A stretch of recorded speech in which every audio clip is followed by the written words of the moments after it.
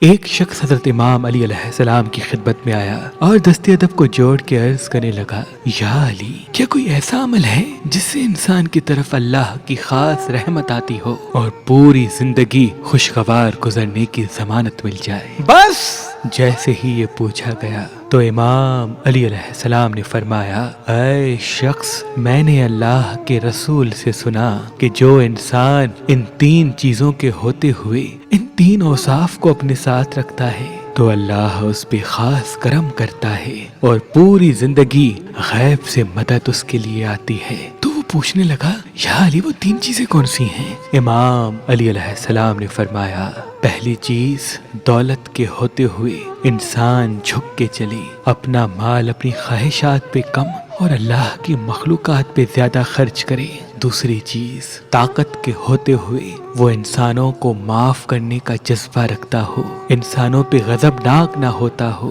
اور تیسری چیز کہ وہ عزت شہرت حاصل کرنے کے بعد بھی دوسروں کو چھوٹا نہ سمجھتا ہو، انسانوں پہ شفقت کی نگاہ رکھتا ہو، اپنے عزیز و اقارب کو اپنے سے کمتر نہ سمجھتا ہو۔ یاد رکھنا، جو انسان ان تین چیزوں کے ہوتے ہوئے ان تین اوصاف کے ساتھ رہتا ہے تو اللہ اس کی زندگی میں غیب سے خوشیاں برسا دیتا ہے اور یوں وہ ہمیشہ اللہ کی رحمت، نور اور خاص کرم تلے رہتا ہے۔